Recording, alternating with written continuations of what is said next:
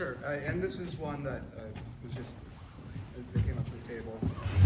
It was a question about the election address system and how it interacts with the police 911 address system. So what had been happening, we'd had some ballot, or not ballot, especially with the mail-in ballots and where you are assigned to a precinct problems. We would have people in one county at the end of their driveway in another county, or where their home is actually located is different from their address, so they're not being put into the correct precinct. There's new software that was just rolled out and given to all our county clerk and recorders. This software was supposed to come out under Corey Stapleton. It didn't. Chrissy Jacobson was supposed to try to get it out in that first year, but there was really a rebellion from the counties because they weren't ready to do it. The following year, they were given essentially about a year and a half to get it rolled out. When you talk to your clerk and recorders, their big pushback is that they are incredibly busy and the state provided them no money to make this happen. So they didn't really prioritize it. But a number of counties did it in the 2023 primaries. I think it was with 5 counties. 3 of them backed out at the last minute because they weren't ready. But they did go forward with it in November. Some of you may have heard about some of the issues. Flathead, there were still some problems. That was due to human error. And I think part of human error, when you rush something like that and you don't really provide resources to get it done, people are going to make mistakes. But other than that, it seems to work pretty well. And what they've done is your address in precinct is now based on what is in the 911 emergency system. And do you mind telling them a little bit about what that means? So I don't know if I mentioned before that I was a policeman, and Denley will think this is a funny joke because at the legislature, I say that at least once a week in the legislature. So by the time the 3rd month comes around and I say, did I mention I was a policeman? They all go, oh my gosh. so I did that just for him. But yeah, here the enhanced 911, the change, the significant change in the technology was to not only know who was calling, but where they were calling from, right? Spot on the map. And whether it was a hard line or whether it was a cell phone, it's very important. So if they can't tell you where they're at, you can go to them, right? You can go find them. And it's an important first responder issue, not just for police, but medical and other. And so as that technology became available, they found increasingly the difficulty in these spots on the map. So first the GIS folks, there was a big business for the GIS folks in counties to go around and because they had to have a digital address, right? That spot on the map could no longer be, Jim's house that's just past Joe's barn out on, Backcountry Road. Couldn't be that anymore. Had to have a an address name, and it had to have a digital address attached to it, so that these software systems, when these phone lines come in, tells you not only what the name of the individual is, but says where they're at. Okay, and it's a big deal. And there have been all kinds of problems as far as the call comes into the wrong county, right? For instance, it'll, especially on border stuff. And so there was a big push here a couple of years ago to put a bunch of statewide money in there to solidify all that, make sure that the GIS addresses were accurate, that those boundaries, were correct, and that the technology for these different providers, because we don't just have one, right, out there in the phone providers, were compatible, so that every PSAP, these public safety answering points, could accept the same information, and those addresses were correct in the right county, that the digital one matched the name for who they were on that GIS, mapping was correct. And as of November 23, all elections offices use that same software that is used for emergency 911 to determine your precinct and all that information. The software that they're using to tie into this location data is a little buggy. It was initially outsourced by Corey to a company in South Dakota. That company was then bought out by a company in St. Louis, Missouri. It was kind of deprioritized a little bit. There were a lot of bugs still with the software going into election day. But from what I've heard from our clerk and recorders, they're no longer dealing with day-long troubleshooting calls. Now it's a call once or twice a week, and you can be relatively safely assured that by the time we get to the primaries, that'll all be pretty well worked out.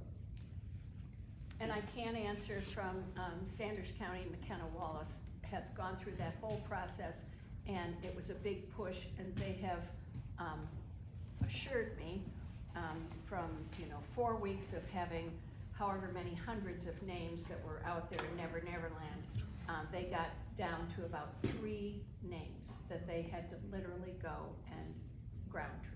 Yeah. But if you want to see So an that's been done. exasperated sigh and a huge eye roll, go ask your clerk and recorder about rolling out that software. Yeah, oh, it was, okay. Some questions that I got were about elections offices and how do we tabulate. Question is, how would the vote tabulating machines handle ranked choice voting? When I first got involved about 3 years ago, so there's a nonprofit that called the Ranked Choice Voting Resource Center, and they have evaluated states, including Montana. And 3 years ago, Montana was 38% ready for ranked choice voting, meaning 38% of the machines, 38% of the state was ready to count ranked choice voting. They just updated that at the beginning, about a month ago, and Montana's 96% ready. So most counties are using machines that simply, it's a matter of a button to say we're now using a ranked tally, and they go through the elimination process. For that remaining 4%, that's typically hand count counties. It can be handled in one of 2 ways. Ranked choice voting can be hand counted. Just imagine 4 shelves for the 4 candidates, and an elimination process of moving ballots from one shelf to the other as we go through the elimination process. Or what I think does happen in the current election, you can correct me if I'm wrong, Jesse, that you could centralize the count. You could take those ballots to the closest machine and have them tallied. So there's either could happen. Yeah, and that is, so first off, the machines that we use in the state do not have the modem processors that are capable of connecting to the internet or wirelessly. That is something that the legislature really demanded, so people can't remotely hack into them. Now, what you're talking about, that ability to flip the switch, yeah, you can do that. Then the machine spit out the information, and somebody is physically walking it over to another machine or physically compiling it and then running it all through the same machine. So yeah, they do have that ability, but it is not done wirelessly. It is not done over the internet or anything like that. And I'll jump in on another one. So I had 3 brothers, so one of the things I learned is it always was good to sit in the middle because you always got an extra helping if you did. So I'll cheat, and I'll do a couple extra questions because of it. But one of the questions was the concern about the legislature taking a vote against ranked choice voting last session and how that would impact when it comes up. And what I'll say is that when the legislature has to look at this, there's going to be the nature of the legislature is going to be changed.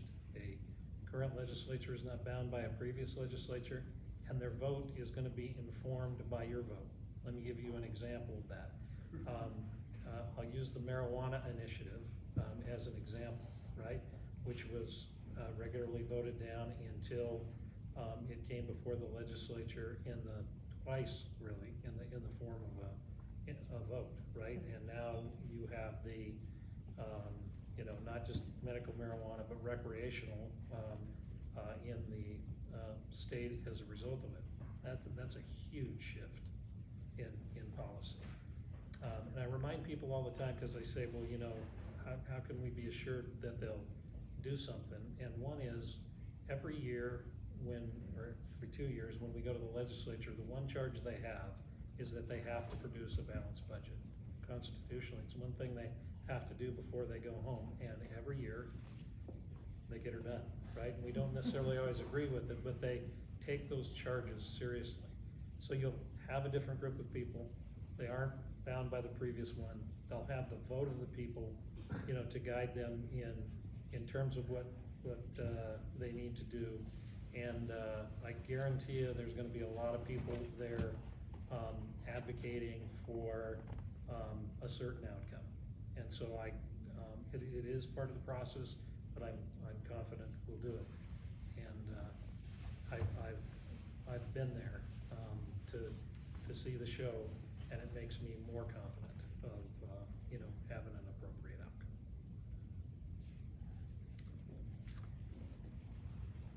outcome. Is your mail, this one was directed toward me, is your mail-in video now available? If yes, how can I view it? We're talking about when I went to, and correct me if I'm wrong, whoever submitted this. Yeah, when I went to the county clerk's office to deliver my absentee ballot. Yes, that is available online. It's currently available on my Facebook and on Twitter.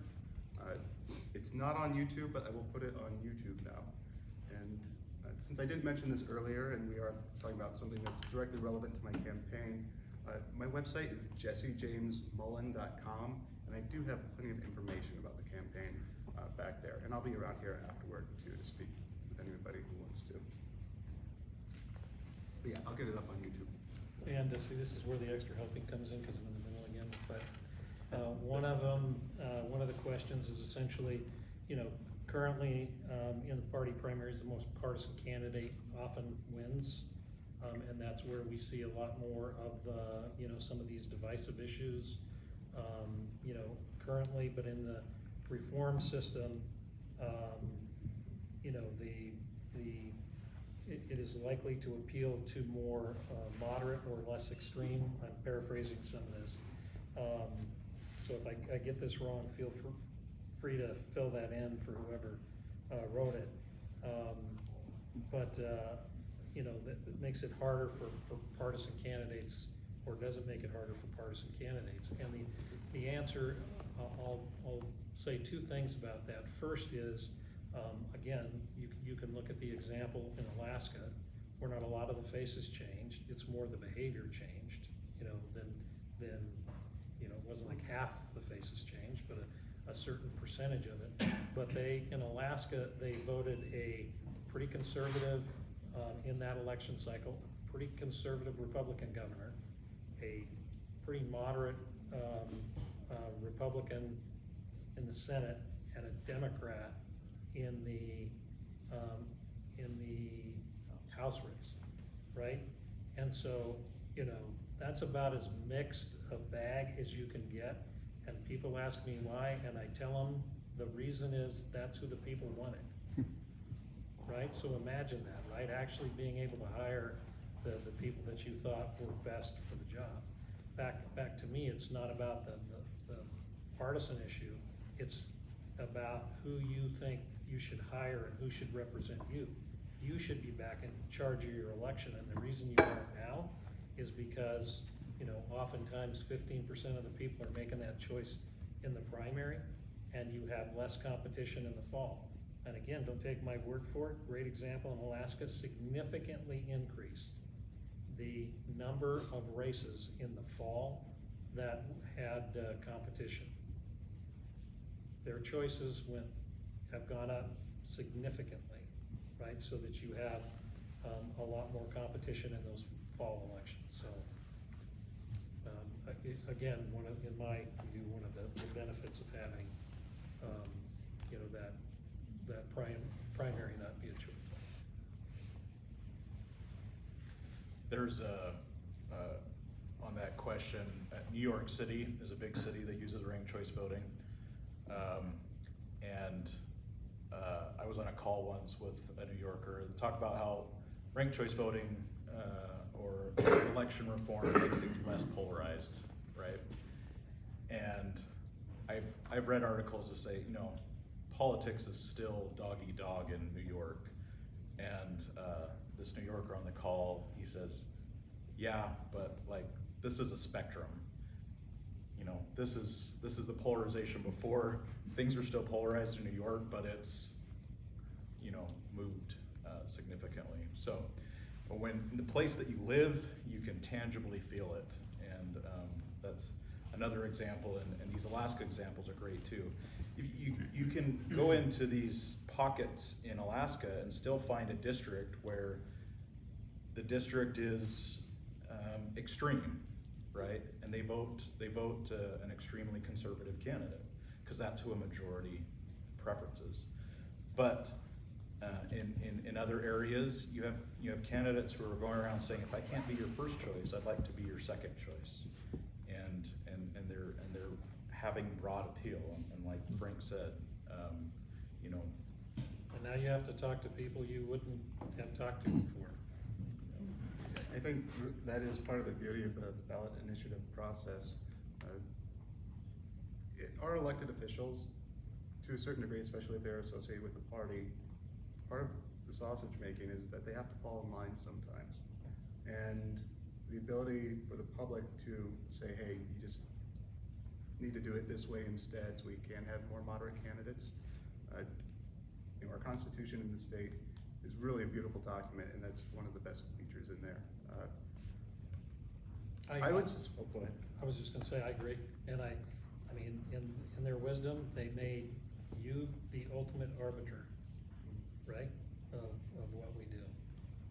And it's a big responsibility, but it gives us the opportunity, it's a sword and a shield. It's how we protect our Constitution, but it's also how we keep others from, making Montana not look, the way you want it to when it comes to your election system. You have a lot of the ability to be able to change the current system in your hands. Yeah, a lot of your legislators, well, first off, both primary parties in this state are not big fans of switching to a system like this. And that's the party organization. I would suspect if you speak to most of your legislators, most people who are running for office, they might feel differently than the official line of their party. And I have heard from people in both camps like that this is, it's a plot to get more Republicans elected, or it's a plot to get more Democrats elected. And I get to look at them and say, first I feel like we're in exactly the right spot, if that's the way you feel. But it also can't be both, right? I'm glad to defend whichever one you think it is, but it can't be both. And I'm looking for a day when people who served like I did and ran like I did have to worry more about what you think than I do the guy at the end of the hallway in the room that's pulling the strings. And I think this is how we do it. I would add too, by the way, when we talked about the nonpartisan primary, it's, everybody's on a single ballot. You can still have that partisan, tag if you want to, or not if you don't. Doesn't change the qualifications, right? You still have to go through the same qualification process to get on the ballot. But once you're on there, you get to, as a candidate, get to decide how you're, how you're gonna present. And it's like I tell people all the time, if you wanna vote a straight ticket, if you're that person, I haven't been, but if you are, you get to do that. But imagine everybody else that doesn't get to enjoy the same privilege you do, right? And I think that's part of what we hope to fix by having everybody on the same ballot, in addition to all the things we talked about, giving you more choice, et cetera. And the judge asked a good question about what offices this is, affects. And it's important for everybody to understand that it doesn't include judicial elections, or municipal elections. And so when you say, hey, what is this gonna look like? You know what it looks like? You've already done it. It looks a lot like judicial elections and municipal elections. And Sanders County has many nonpartisan races. Our sheriff is nonpartisan, our commissioners are nonpartisan. And so those offices appear on both the R and the D ballot currently. So it would look And very the much planet- like that. The planet keeps turning. The planet does keep turning. Well, And there you have it. And I do have to say that in 6 years that I've been holding this position as Democratic chair, county chair,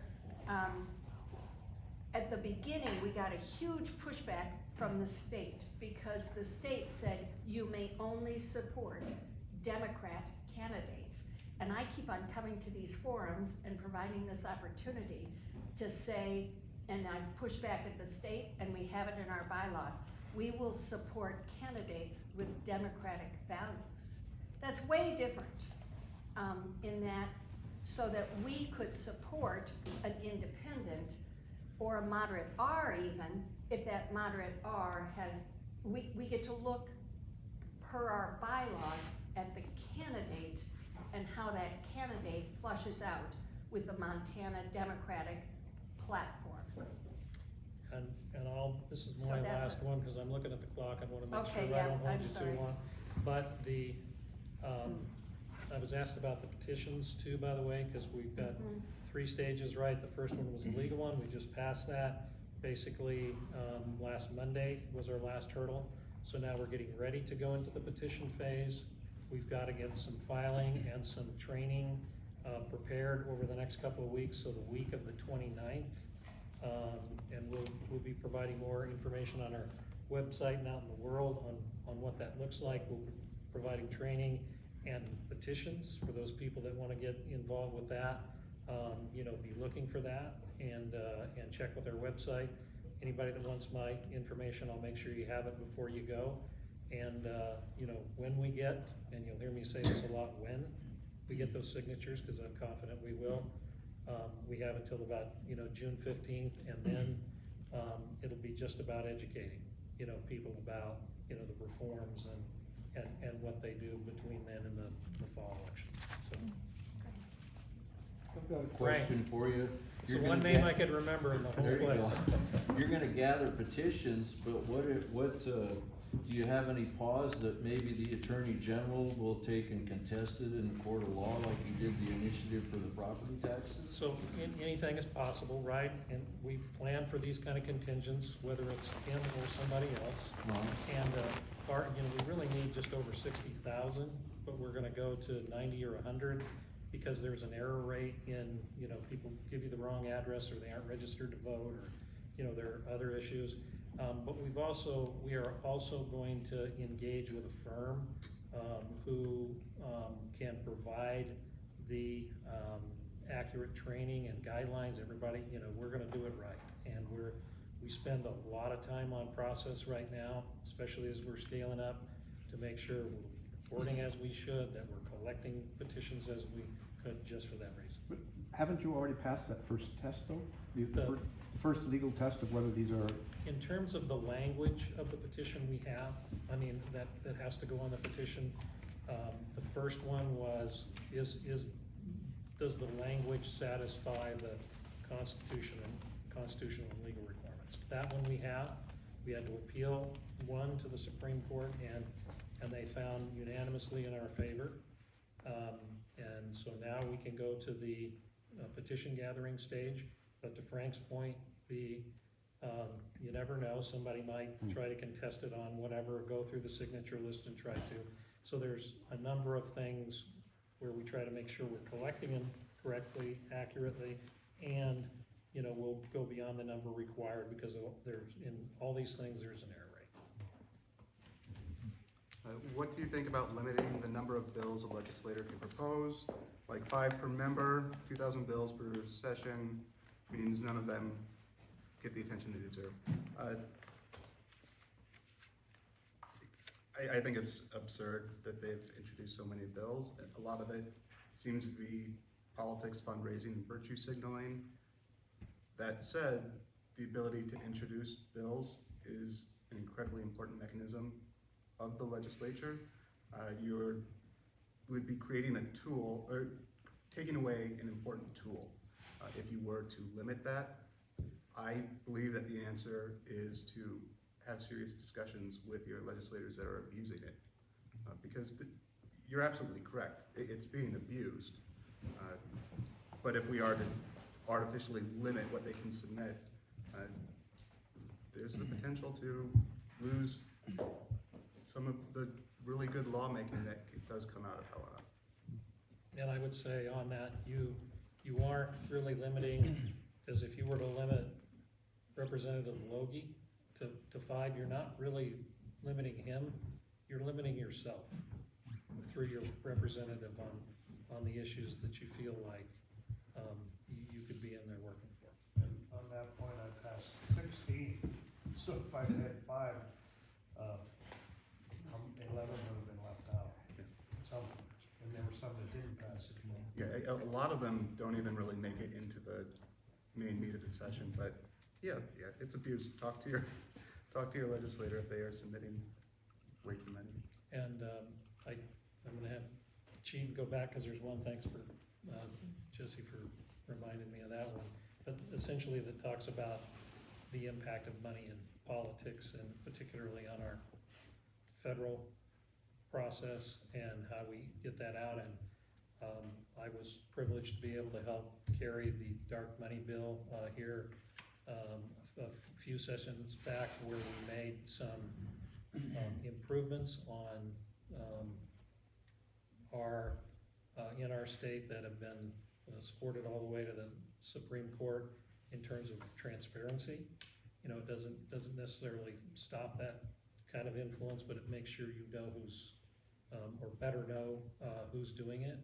But with Citizens United, which is, I probably don't have to say much more than that, everybody knows about that, right? We've just turned on the faucet and stripped off the handle. And until we get that fixed, stand by. Like I said, I've heard estimates even bigger than that, $400 million in that Senate race. $400 million, it's just, right? So, Makes my Along- $25 not seem like much. Along these lines, I want to provide a point for you to consider. You know, as I've talked about this, I've heard people say, how do you feel about the Electoral College, gerrymandering, too many bills, term limits, these kind of questions. And to me, these are questions about how responsive our voting system is. People are frustrated that they can't. Congress has a 10% approval rating and an 80% re-election rate. So a lot of these issues, people are frustrated that the system isn't working, that they can't get them unelected, that they can't get these issues that they care about passed. And so if we have a system that is more responsive, then all of a sudden these billions have less influence. Maybe the need to pass bills becomes less important because now the people are in charge. Now the 51% is what matters, and so forth. So if we have a responsive voting system, maybe we don't need term limits. Maybe we can keep our representative democracy and we don't need to get rid of the Electoral College. Or if a majority of America wants to get rid of the Electoral College, then we can have that conversation. But if we don't have a system that measures that majority, then we can't have that conversation. and we had one on the back of one card real quick that I'll try to, just why top 4 instead of top 2? And my answer to that would be, if you had top 2, particularly in a state like this, you're only gonna have the 2 major parties represented and never a chance for an independent or some other third party. And so we feel like there has to be more options for you to be able to choose from. And on your way out, by the way, for those of you that think we're hitting home runs and we don't need to do anything, don't worry about these. For anybody else that thinks we can do better, there's more information on our website, and there's some cards up front with our information on it. This might be the last question. Our past Montana legislator, Pat Ingram, Republican, used to be our county clerk and recorder. She intended to work in legislature to help them be informed as to how bills would affect county administration. She was a big supporter of voting, but when she got in the legislature, her party was working hard to reduce access to voting, and she was shunned for supporting voting. It is still the mainstream Republican effort to limit access in Montana. And really quickly, I want to throw out there, in Cascade County, their former clerk and recorder, Rena, is a candidate for the state house. I think it is important to have people who have experience in local government there legislating for you. My only comment about Republicans trying to make voting more difficult, there are people within the Republican Party who are doing that. I wouldn't necessarily say that's the entirety of the party. I've spoken with a number of people in what used to be called the Solutions Caucus. They don't feel that way. I think we do need to have a real conversation about election security and maintaining affordability of access, because when a lot of Democrats are talking about voter ID laws, they're not talking about making it easy for people to fake their votes or to take advantage of it. What they're talking about is the cost barrier.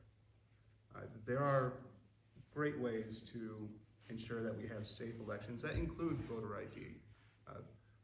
But when we're talking about putting up what some consider a barrier, we need to tie into that a way to make it affordable, make it more cost effective. Digital ID is something that we will have to talk about in the next few years. I think it was Wagner might have passed a bill that took digital ID off the table for now. It's a controversial topic, but I mean, if anybody here has Progressive or Geico, you're using digital ID for your insurance currently. I suspect what was put through in this session this last year won't last too long, because as a society we're going more and more towards digital, and that is significantly more cost effective while having even more security than a physical ID, which, I mean, let's be real, a 16-year-old with $80 and an internet connection can get through any physical ID requirements. And I just know, time-wise, I'll be around for a few minutes if I can answer some more questions. I don't know if our other panelists have time too, but just in the sake of time, and I want to try to make sure I don't hit a goat on the way out tonight as I go home. But thank you very much for having us and for investing your time in this. Thank you very much. Thank you, everyone.